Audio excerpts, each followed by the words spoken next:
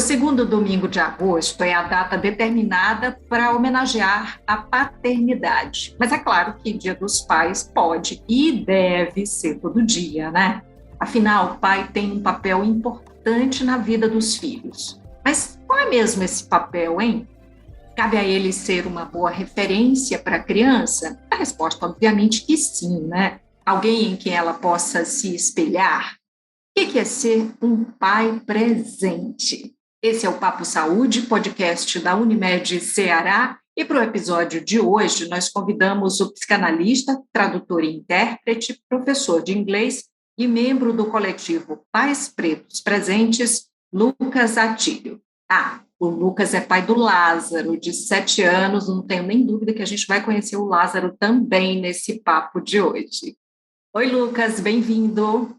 Oi, Maísa, tudo bem? Muito obrigado pelo convite, essa oportunidade de troca sensacional. Bora fazer acontecer. Ora, eu já quero começar assim, sabendo o que é ser pai presente. A Maísa chegou jogando lá em cima, colocou o sarrafo alto, mas é isso.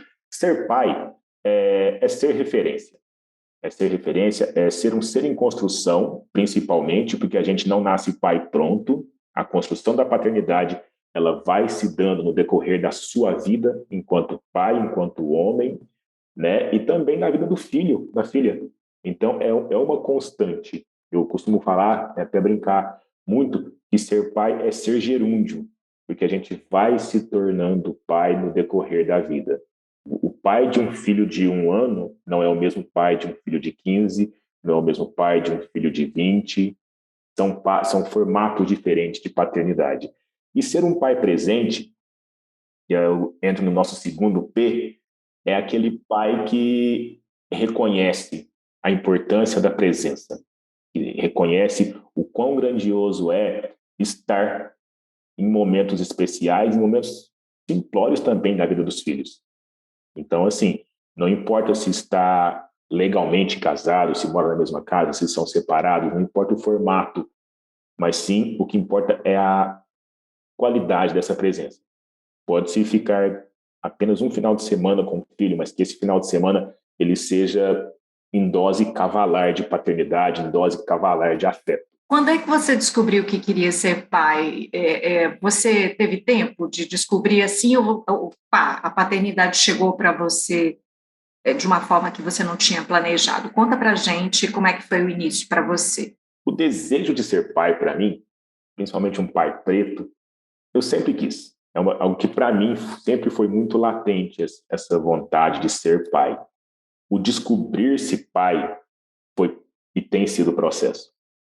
Porque até então eu estava casado com a mãe do Lázaro e um dia, voltando do trabalho, em cima da mesa, estava lá o exame. Eu olhei e falei, o que é isso aqui?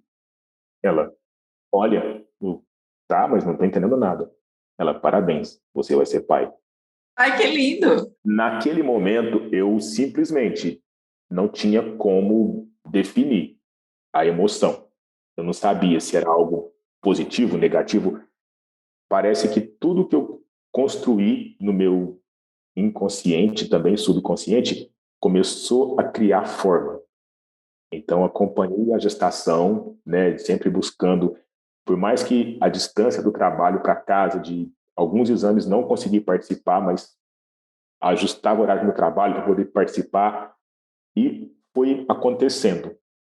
E esse acontecimento ele vem se dando conta, ele vem acontecendo dessa forma até hoje, com detalhes, e detalhes assim, que são, eu até tenho esse uso, eles são surreais, porque a realidade da paternidade, ela é de uma forma surreal, porque o bebê que eu carregava no colo, há 7 anos atrás, que eu ficava olhando aquele colo assim, e sim, a única coisa que ele fazia, existia.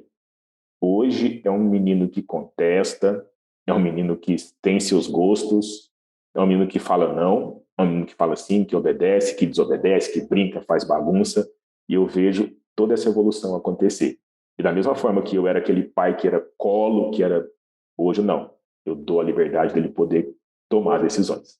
Você sabe que você falando aí sobre como foi, né? Saber que ia ser pai, ver o exame ali, aquele pedaço de papel, que não é só um papel, né? Tem todo um significado. É uma descoberta, mas é um susto também, não é, Lucas? Definitivamente é um susto que você não está assim, né, preparado.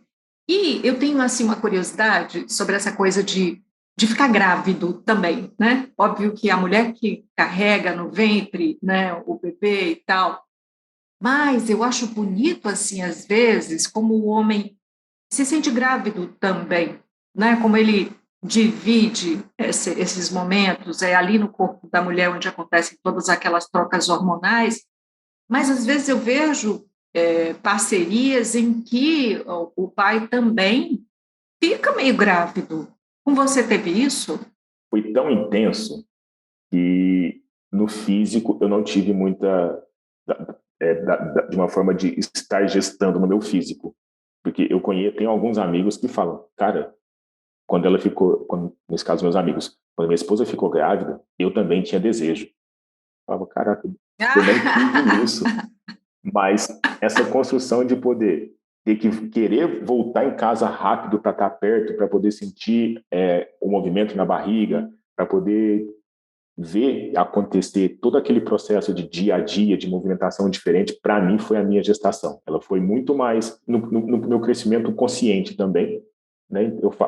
Antes eu tinha um conceito assim, e depois da paternidade mudou total. Na minha cabeça era, a mulher vai se tornando mãe de acordo com a gestação. O pai se torna quando vê o filho no colo. Não. O pai também ele vai se tornando pai de acordo com quanto ele quer, o quanto ele busca acompanhar a gestação e o pós-gestação, aí ele assume a grandiosidade da paternidade. Você fez todos aqueles os primeiros cuidados ali com a criança, porque eu vou te falar uma coisa de quando eu tive meu primeiro filho, já faz um bom tempo, né? Mas eu lembro que eu fiquei muito assustada, porque era um serzinho muito pequenininho, eu tinha medo de quebrar ele, eu tinha muito cuidado, assim, mas às vezes eu acho que era mais medo mesmo, né?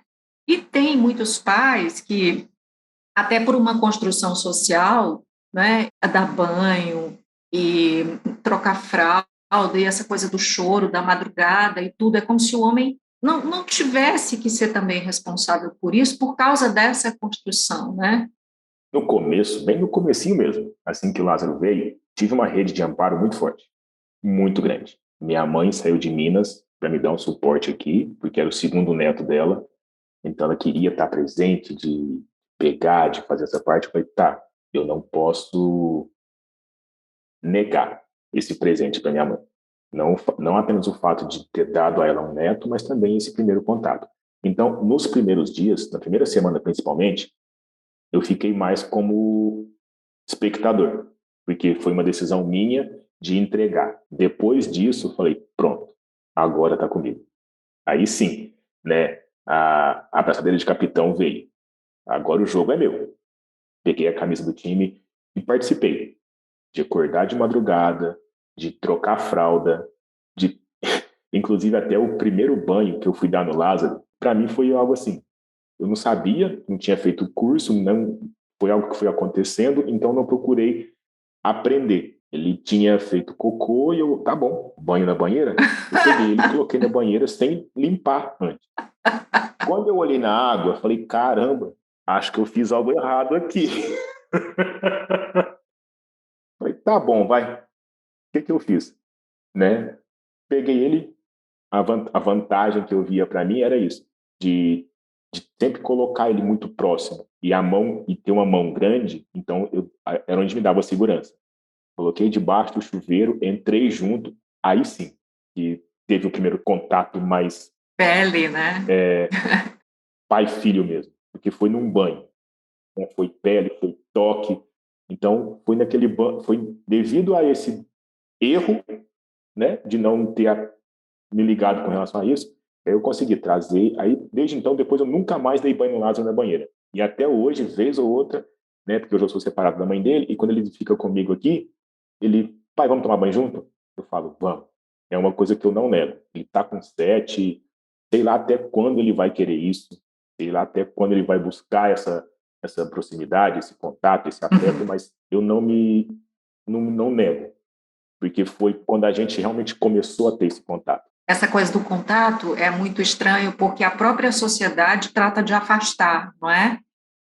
O filho e o pai, é como se até determinado momento ali, né, na infância, pudesse existir esse contato, essa coisa da pele, e depois não, porque é quase que criminalizado. Às vezes você vê, né, o pai com o filho, naquele afeto, naquele carinho, enviesado, né? Então, como é que os pais hoje estão tentando também modificar um pouco, né, dessa educação tão conservadora, ou sei lá o que é exatamente? Aqui no Coletivo Pais Pretos, nas nossas trocas de conversas, né, quer seja pelo Telegram, quer seja pelo WhatsApp, a gente aprende muito com relação a isso. Porque eu sou um pai de um menino de 7. E a gente aqui tem pai de meninas de 15, de meninas recém-nascidas. A gente tem pais aqui que já subiram o nível, já são avós. Então, nossas trocas são muito ricas com relação a isso. E a gente aprende, né, de ver o como a gente foi criado e instruído, o como a sociedade, como você mesma trouxe, traz esse distanciamento pai e o filho, como se o homem simplesmente fosse provedor e não também um homem que é possível de dar afeto. E a gente busca fazer isso em conversas, em rodas, em palestras, em mostrar que a paternidade é também toque, é também cuidado, principalmente, e é preparação. Então, assim, hoje, né, o meu irmão, minha sobrinha nasceu tem 2 meses, e eu até brinco com ele às vezes, falo, eu tenho inveja de você hoje, porque você está tendo a possibilidade de carregar no peito. Eu não tive tanto assim com Lázaro, mas eu vejo que ele está colocando esses aprendizados na vida real. E assim, são 7 anos de diferença. Então, eu consigo ver que em 7 anos, o pensar social tem mudado um pouco. E a gente já projeta isso para os que virão. A gente já projeta isso para o futuro, por quê? Eu quero que meus netos, o Lázaro, possa ter com eles um contato muito maior do que eu tenho com ele. Ele possa ter trocas afetuosas muito maiores do que eu tenho com ele. E mostrar mesmo o homem enquanto um ser que sente, enquanto um ser que pensa, um ser que vive. Então, assim, eu tenho tanto de brincadeiras quanto de conversas reais com o Lázaro, de mostrar para ele que ele tem todo o direito de sentir, o direito de chorar, porque principalmente para o homem preto, nesse recorte racial, o homem preto não sabe chorar. A gente, infelizmente, foi criado e constituído para massa de trabalho, apenas. E não, somos seres que sentem, e sentem muito. Nosso sentimento, ele é algo pulsante. E é isso que eu tenho colocado, que eu busco colocar não só para o meu filho, que é o Lázaro, mas para o meu sobrinho. Não é à toa que a gente te convidou para estar aqui compartilhando, né? Para a gente, de fato, ficar mais próximo, né? Do que é esse sentimento e, principalmente, do que é essa vida no gerúndio, como você falou, né? O aprendendo, o modificando, né? Ou desaprendendo também em alguns momentos, né? Porque a gente tem muito o que desaprender, né? A gente é essa construção constante e desconstrução constante, né? Uma coisa que eu admiro muito é o mar, essa construção e desconstrução constante. E trazer essa metáfora do mar para a vida do pai é algo que eu quero aprender muito, muito, muito. Então, moro aqui em São Paulo não tem mar, mas sempre que eu vou, e tenho a possibilidade de estar com meu filho na praia, é, é surreal a conexão. É surreal porque a gente brinca e eu vejo que eu coloco para ele o mar com respeito e também com entrega, que é a constante da nossa vida. Falando em respeito e entrega, Lucas, tem ainda dentro dessa educação, né, que a gente teve, né, e que felizmente você vislumbra aí mudanças, né, mas é que o homem, como provedor, ele também ali é aquela figura que impõe limites, né, era aquela coisa de estava ali o filho, a filha quer uma coisa, a mãe diz, vê com seu pai, como se a última palavra fosse do pai, porque quem dá o tom da conversa, impõe, né, dita as regras. Como é que hoje vocês trabalham essa construção, né, do compartilhar e tudo, do viver, do aprender junto com os filhos, mas também como uma figura que precisa, sim, colocar limites, né? É muito interessante, porque as novas gerações, eu costumo brincar que o pessoal que nasceu de 2000 para cá, eles já são chipados. Eles já nascem com essa coisa de saber muita coisa e desse contingente de informação que eles recebem. E a gente não tinha esse acesso há um tempo atrás. E essas informações, para eles, é algo que é muito natural. São crianças e adolescentes que já nasceram com essa coisa de, tá, e é só isso. Não, não é só isso, não é simplesmente isso. Para que essa construção fosse feita, para que essa informação chegasse a você, foi necessário muita coisa. A gente que tem esse pouco mais de tempo de vida, a gente viu essas construções serem feitas. E para colocar nessa dicotomia de liberdade e respeito com nossos filhos, dentro do coletivo a gente trabalha muito a troca. De, por exemplo, eu tive uma experiência de como que eu faço para que meu filho possa entender que andando na rua ele tem que me esperar na esquina. Então a gente coloquei esse exemplo bem prático assim, mas a gente trabalha muito na troca. Então, o trabalho coletivo, a construção coletiva aqui no Pais Pretos Presentes é algo muito natural, é nato, né? Eis o porquê a gente nasceu como coletivo. Então, assim, é essa coisa de mostrar o como de alguém, eu posso pegar um pouco de um pai de cá, um pouco de um pai de cá, construir e nessa situação mostrar para o meu filho que você tem o mundo à sua frente, mas tem o suporte aqui que vai te mostrar o que e como. A decisão de escolha é sua. Já teve, assim, momentos em que você se sentiu meio sem saber como fazer? Porque você está colocando uma situação muito prática, você está colocando o coletivo, mas para além do coletivo, tem, obviamente, a decisão que é sua e que ninguém vai poder decidir por você, né? Sim, sim. Uma vez fui na casa dos meus familiares em Minas e na volta, né, o Lázaro, a gente chegou no terminal do Tietê, ele estava tão cansado que ele sentou na escada rolante. Falei, não senta, você vai machucar. Preocupei na hora e falei, tá, mas eu já coloquei para ele de não sentar, mas ele está cansado. O que eu posso fazer agora? Escada rolante é aquela coisa de não dar tempo e ela tem que acontecer. E uma coisa que para mim naquele momento foi algo assim, que é uma coisa que eu busco não fazer, né, é gritar, porque eu vejo que a comunicação não violenta, ela é fundamental para qualquer criação, para qualquer relação. E eu tive que gritar com ele porque ele estava, para ele ver que, opa, isso aqui é uma situação que não é legal. Depois, até hoje, ele tinha 5 anos. Até hoje ele traz para mim, você gritou comigo. Mas depois do grito, teve todo aquele sentar junto numa cadeira para ele entender. Eu gritei porque você estava numa situação de perigo. Então você tinha que acordar. Foi necessário que você tivesse esse susto, porque se eu deixasse, a escada ia machucar sua mão. Até hoje ele traz para mim, pai, aquele dia na rodoviária você gritou comigo. Aí ele para, porque senão eu ia machucar. Então, assim, é uma situação que não dá. A gente tem que ter essa rapidez de raciocínio para que o pior não aconteça. Mas ainda assim permitir que ele sentasse porque ele estava cansado. Então, como eu estava com mala e mochila, não tinha como pegar ele no colo. Então, permiti que ele sentasse, mas o grito foi o impactante. Para mim, doeu um pouco o ter que ter algo impactante para mim, mas para ele é algo que ele guarda como, tá bom, meu pai me mostrou como e me alertou do porquê.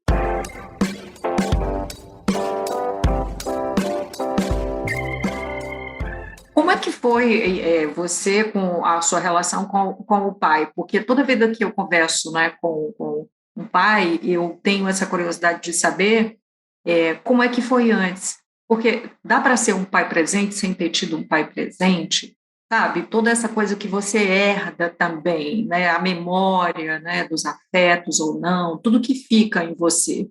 A minha construção com meu pai, inclusive até é o que eu levo na minha análise, foi de um homem preto, nascido em 1950, no Brasil, pouco depois da abolição, de uma criação de uma família preta que não tinha tanto costume de afeto para o homem. Então, meu pai não soube me dar afeto da forma como a gente lê o afeto. Ele me dava afeto de outras formas que, para mim, não faziam sentido naquela época. Hoje, eu leio que algumas coisas que ele fazia eram como ele sabia manifestar afeto. Até hoje mesmo. E, por exemplo, hoje, quando eu vou na casa dos meus pais em Minas, o jeito do meu pai manifestar afeto é simplesmente: senta aqui perto de mim. E eu vejo uma diferença de como ele manifesta isso, dele pegar no colo, dele brincar, ainda com algumas limitações que talvez até por idade também, mas ele entrega um pouco mais. Então, coisas que eu via que para mim eu sentia falta de ter esse pai que, dentro da presença que ele conseguiu dar, porque tinha toda a parte de prover também, né, de uma família preta mineira, essa parte do prover que a gente não tinha muitas condições, então ele tinha que fazer, ele trabalhava em outra cidade, então ele saía às 3 da manhã de casa, chegava às 7 da noite, então o contato era muito pouco, e ainda assim ele conseguiu manter, e hoje eu vejo que, para mim, essa construção ela tem que partir de mim o novo, de não simplesmente colocar o afeto que eu não tive da forma que eu queria, mas de também perguntar o que é e como é o afeto que meu filho busca. Então, assim, eu fui entender que o meu filho é apaixonado por beijo. Ele gosta, ele fala: me dá um beijo, me abraça, me dá um beijo, me abraça, me beija, me beija. Eu fui entender e falei: tá bom, é o que para ele é afeto. E às vezes, para mim, o afeto, até há um tempo, era simplesmente pegar na mão dele e guiar ele pela rua, de mostrar para ele algumas coisas. Ele não, ele gosta de quando está perto, dar um beijo. Eu falei: tá bom, é o seu jeito de ler afeto. E é o jeito que eu não vou negar. Tem uma questão que é muito desafiadora, que é a educação, né? Sobretudo depois da pandemia, com tantas restrições, crianças fora das salas de aula, né? E eu fico imaginando que se nesse momento não houver um pacto, né, de todos, no caso, por exemplo, dos pais que são separados, né, de dividir isso, é muito mais difícil. Então, para ti, o que que é o principal desafio hoje na educação de uma criança? A educação hoje, na educação formal, que eu vejo como a escolar, é repor esse tempo perdido. Repor esse tempo perdido porque foram 2 anos de que ninguém esperava e que, quer seja no que tanja conhecimento, e foram 2 anos de medo. E é mostrar que conseguimos passar por uma pandemia e que da agora para frente é crescimento. Então, assim, com relação à educação do Lázaro, às vezes até eu aperto muito, né? A minha namorada hoje, ela fala: Lucas, você cobra muito do Lázaro. E eu começo a rir. Ela fala: você é professor, você sabe. Mas eu falo: eu cobro por quê? Porque eu vejo que essa necessidade de que o mundo vai cobrar dele. E ele comigo cobro, brinco e depois eu volto. E ela fala: Lucas, cobra menos, puxa menos, aperta menos. Né? Eu falo: enquanto eu ver que ele está segurando, dá para apertar. Isso é uma educação da mesma forma que a paternidade, a paternagem, ela acontece de forma gerúndia, a educação também tem que transcorrer dessa forma, de constante, de leituras juntos, leituras inclusivas, principalmente passeios culturais, que agora a gente está conseguindo ter essa volta, né? O meu filho, ele gosta muito de shopping, ok, mas vamos no museu. Ok, biblioteca, né? Um ambiente que ele aprendeu muito também, que foi numa viagem que a gente fez na terra dos meus pais, em Minas. Eu estava trabalhando de home office e minha mãe, do nada, só pegou ele e levou ele para casa de uma amiga que tinha um quintal com terra. Falei: caramba, que diferença que é isso. Ele chegou em êxtase: pai, eu pisei na terra. Falei: é isso. E era algo tão afetado.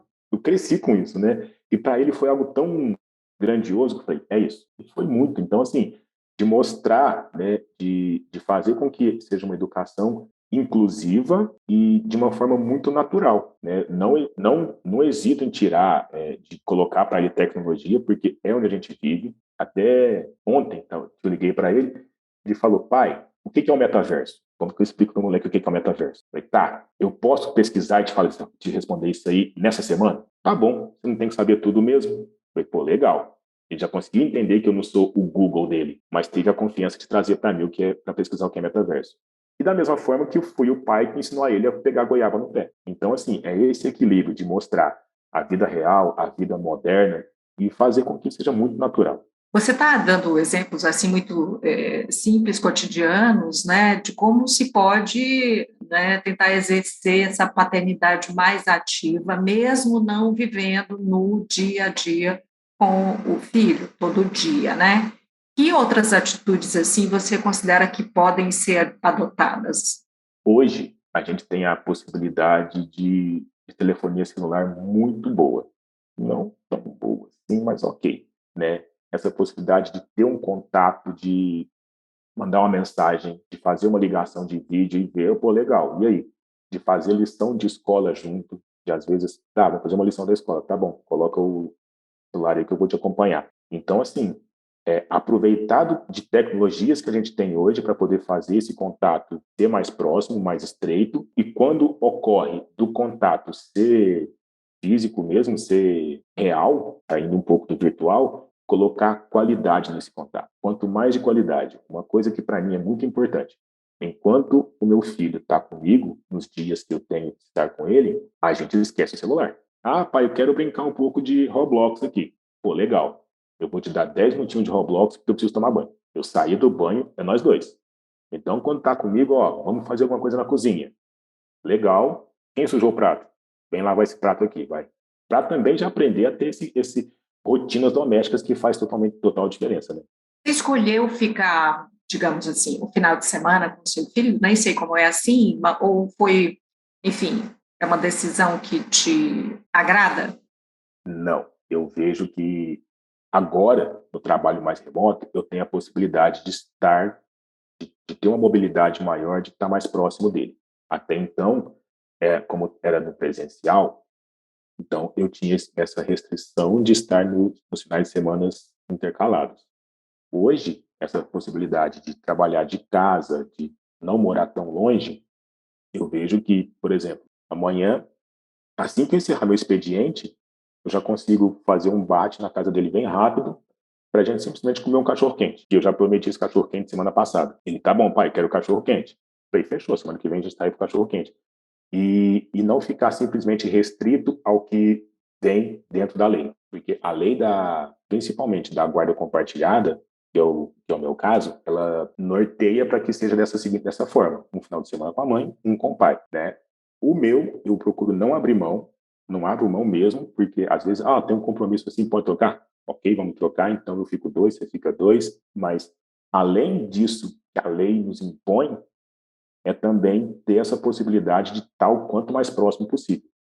Claro que ninguém está falando aqui de se sobrepor à lei, né? Mas é porque às vezes eu fico pensando também, fico vendo, né, que tem muito cara assim que acha cômodo, entendeu? Tem, infelizmente. E é da construção social que eu vejo, que eles aproveitam da construção social, aproveitam com bastante aspas, desse gap que a lei dá de vou ficar apenas esse final de semana, tiro muitas fotos, posto nas redes sociais, sou um pai legal. Mas se perguntar qual a alergia do seu filho, que roupa seu filho gosta, o que ele come, o que ele não come, é uma pessoa, é um cara que não vai ter a experiência da paternidade.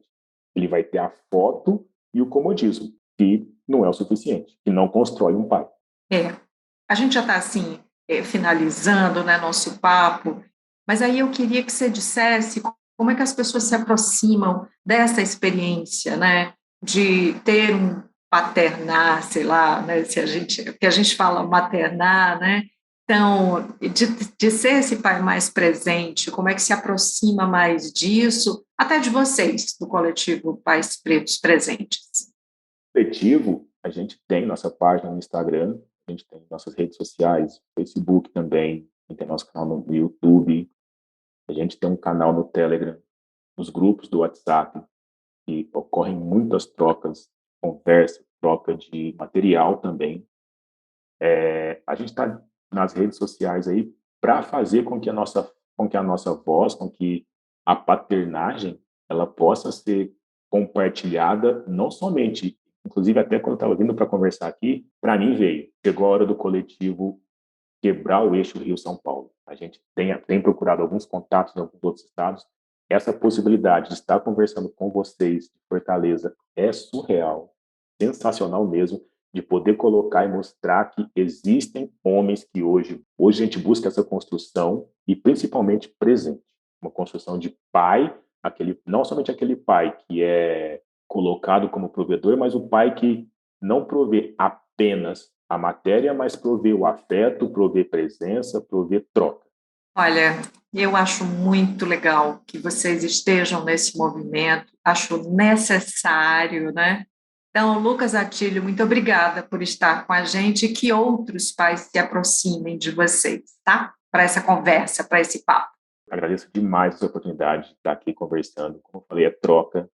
Aprendo muito mesmo. Coloco as nossas redes sociais, @paispretopresentes, para quem quiser, é só chamar. A gente está bem disposto, disponível para acolher. Não somente os pais, tem também as mães, tem o grupo das mães pretas, tem também um grupo que a gente especificou que é de pais de pretinhos, são os pais de primeira viagem e agora, né? Então, assim, a gente tá para ser coletivo mesmo. Eu me coloco aqui à disposição, qualquer coisa é só chamar, tá bom? Tem o nosso podcast também, podcast Pais Pretos Presentes, que tem muita troca. Eu não sei que episódio que tá, a gente está reestruturando o podcast, que está ficando maravilhoso. Participei de algumas reuniões, falei, caramba, gente, que delícia. E é muito gostoso poder ouvir a troca, ouvir a vivência de alguns outros pais, que fortalece muito a nossa paternidade. Bom, e esse papo gostoso com o Lucas Atílio termina por aqui. Chegamos ao final do episódio de hoje do Papo Saúde. Eu lembro que esse episódio foi gravado de forma remota e que, por isso, a qualidade do som pode não ser a ideal e a que nós gostaríamos de entregar a você. Não esquece de seguir a gente na sua plataforma de streaming favorita. Se você está no Spotify, aproveita para dar 5 estrelinhas para a gente, classifica o Papo Saúde. E, claro, compartilha, faz chegar esse papo mais longe. Se você está no YouTube, aproveita para se inscrever no nosso canal. Assim você passa a receber notificação sempre que tiver episódio novo por aqui. Aliás, você pode dar uma maratonada aí e conferir o episódio 67, que nós gravamos com o Haroldo Guimarães, também sobre paternidade. Cuidar de você, esse é o plano. Você pode entrar em contato com a Unimed Ceará pelos perfis oficiais no Instagram e no Facebook, ou pelo site acessando www.unimedceara.com.br. Esse podcast é desenvolvido pela Leme Digital. Até a próxima. Saúde!